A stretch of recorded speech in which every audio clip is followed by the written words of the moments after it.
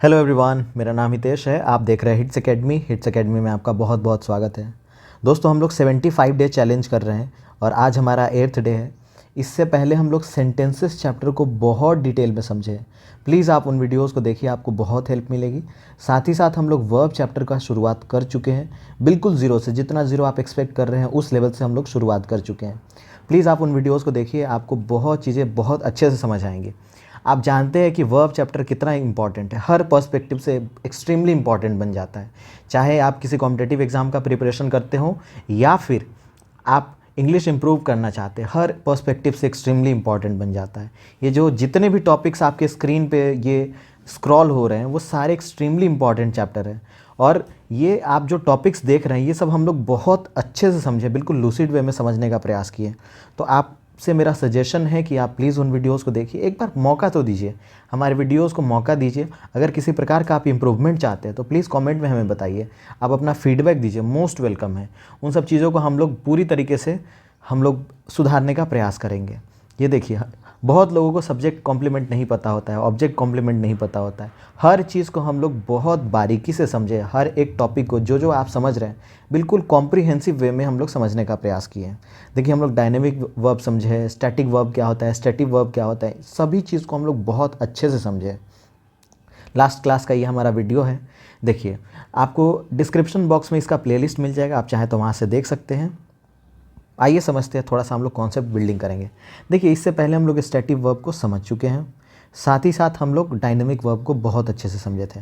ठीक है, डायनेमिक क्या होता था और स्टैटिक क्या होता है, स्टैटिक क्या होता था। देखिए, ये होता है जो प्रोग्रेस को नहीं दिखा है, इसमें कोई एक्शन परफॉर्म नहीं हो रहा होता है, स्टेट को बताते हैं, इसके नाम से ही पता चल रहा है। और जो डायनेमिक वर्ब है, इसका मतलब क्या हुआ, जो प्रोग्रेस को दिखाता है उसको हम लोग क्या बोलते हैं, डायनेमिक वर्ब्स। देखिए, यहाँ पे अगर मान लीजिए किसी सेंटेंस में आप देखेंगे स्टैटिक वर्ब, जैसे आप जानते हैं स्टैटिक वर्ब क्या होता है। अगर उस स्टैटिक वर्ब को अगर हमें प्रोग्रेसिव बनाना हो, यानी डायनेमिक में चेंज करना हो, तो क्या क्या सुधार होगा, क्या इम्प्रूवमेंट होगा, आइए उन सब चीज़ों को समझते हैं। देखिए, ये सब हम लोग वर्ब्स आप जो स्क्रीन पे देख रहे हैं, ये बहुत इंपॉर्टेंट वर्ब्स हैं, बिल्कुल एग्ज़ाम ओरिएंटेड ये वर्ब्स हैं, एग्ज़ाम में पूछे जा चुके हैं इन पे बेस्ड क्वेश्चंस। तो आइए देखते हैं। देखिए, सी का मतलब होता है देखना, ये बात बहुत अच्छे से जानते हैं, हर कोई जानता है, बच्चा बच्चा जानता है।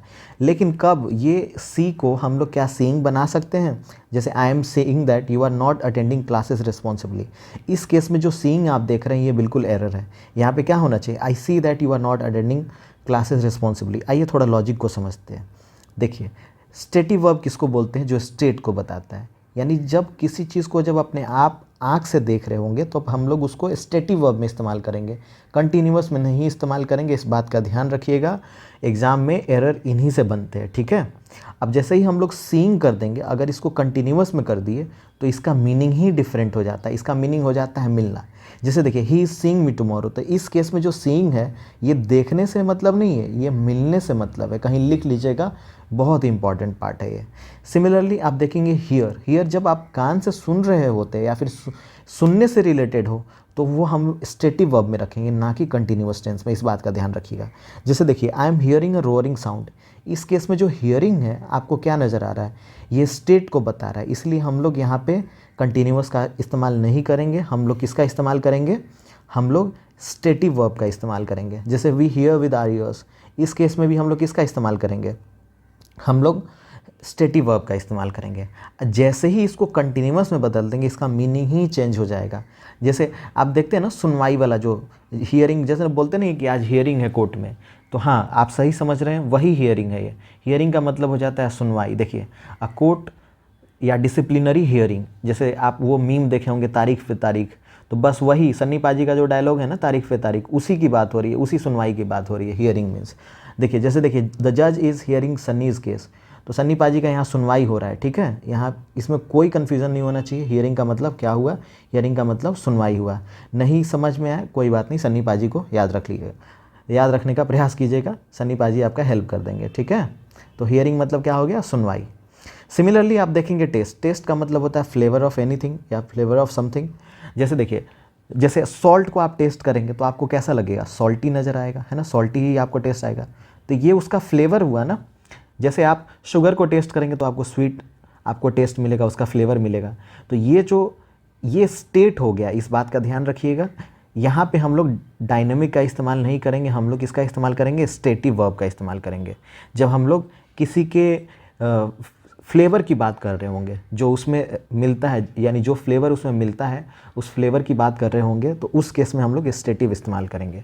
सिमिलरली टेस्टिंग का मतलब क्या होता है, जैसे हमसे नहीं बोला जाता है कि अरे यार ये डिश बना हुआ है, थोड़ा टेस्ट करके बताइए ना कि इसमें नमक कम है या फिर मिर्च ज़्यादा है या फिर क्या है। तो उस केस में जब आप वॉलंटियर एक्शन परफॉर्म कर रहे होते हैं, याद कीजिए डायनेमिक में हम लोग एक पार्ट पढ़े थे, जब वॉलंटियरी एक्टिविटी कोई परफॉर्म हो रहा होता है, तो जब वॉलंटियरली आप किसी चीज़ को टेस्ट कर रहे होते या फिर किसी का एक्शन परफॉर्म कर रहे होते, तो याद कीजिए वहाँ पे हम लोग डायनेमिक इस्तेमाल करते थे ना। सिमिलरली यहाँ पर भी हम लोग किसका इस्तेमाल करेंगे, डायनेमिक का। दैट मीन्स टेस्टिंग, यहाँ पे जो आएगा टेस्टिंग वो किस में रहेगा, कंटिन्यूअस में रहेगा, स्टेटिव में नहीं रहेगा, ठीक है। फिर आइए देखिए, कह रहा है स्मेल। स्मेल मीन्स होता है किसी भी चीज़ का महक, गमक, है ना, उसको हम लोग स्मेल कहते हैं। द अडर और सेंट ऑफ समथिंग, ठीक है। तो जब सेंट की बात हो रही है या फिर अडर की बात हो रही हो, तो उस केस में हम लोग कंटिन्यूअस का डेफिनेटली इस्तेमाल नहीं करेंगे। हम लोग किसके साथ जाएंगे, हम लोग स्टेटिव फॉर्म में जाएंगे, ठीक है। तो ये जो हमारा एक्शन होगा वो किस में होना चाहिए, स्टेटिव में। तो ये होना चाहिए द बिरयानी स्मेल्स, ये होना चाहिए द बिरयानी स्मेल्स गुड, ठीक है। तो ये सेंटेंस एरर है, यहाँ पे क्या होना चाहिए, स्मेल्स। सिमिलरली आप देखेंगे स्मेलिंग, जब सूंघने की बात किया जाता है, जैसे आप नाक से कभी कोई चीज़ सूंघते हैं, उस केस में आप क्या इस्तेमाल करेंगे, स्मेलिंग का इस्तेमाल करेंगे, ठीक है। जब आप डेलिबरेटली किसी एक्शन को परफॉर्म कर रहे होंगे, याद रखिएगा वो डायनेमिक केस में बनेगा, ठीक है। उसका वर्ब कैसा रहेगा, डायनेमिक रहेगा।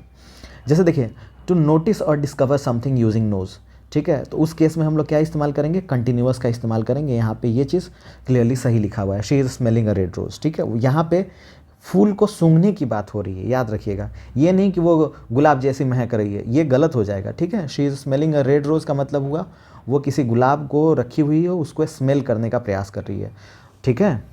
आइए अब आता है अपीयर। अपीयर मीन्स होता है, हिंदी में इसको बोलते हैं प्रतीत होना, है ना।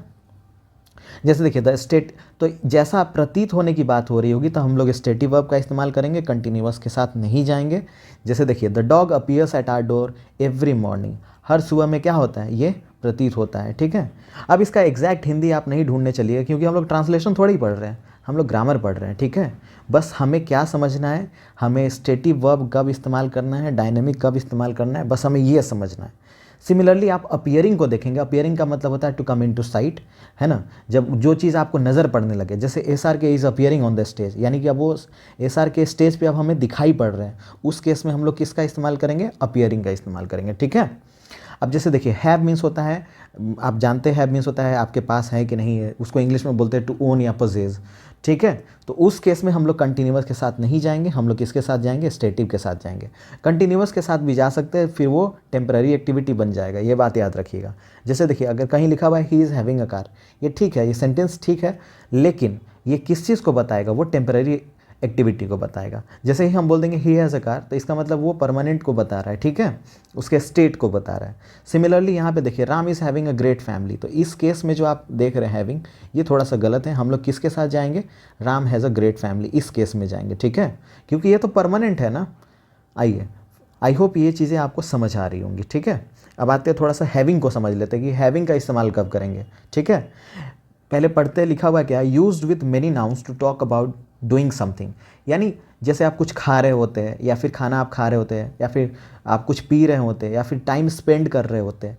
यानी देखिए दो बात याद रखिएगा, जैसे ही हैविंग आएगा, हैविंग के साथ हमेशा नाउन का इस्तेमाल होगा मोस्टली, ठीक है, ये बात याद रखिएगा। दूसरी बात ये कन्फर्म आप याद रखिए, जैसे आप मैथमेटिक्स पढ़ते हैं, मैथमेटिक्स क्या है, इट्स ऑल अबाउट बैलेंसिंग।